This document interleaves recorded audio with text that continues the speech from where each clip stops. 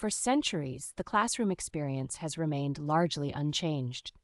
Teachers would stand in front of a chalkboard, writing notes and equations for students to copy down. But with the advent of digital technology, the classroom experience has been revolutionized. Students now have access to a wealth of information at their fingertips, thanks to devices like tablets and laptops. And teachers can now use interactive whiteboards to engage students in new and exciting ways. Virtual reality technology is also being used to create immersive learning experiences that transport students to different parts of the world.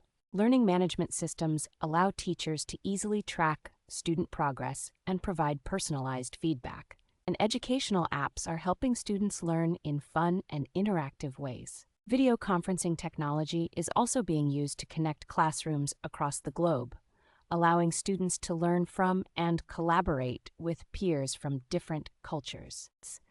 And 3D printers are allowing students to bring their ideas to life and learn about design and engineering in a hands-on way.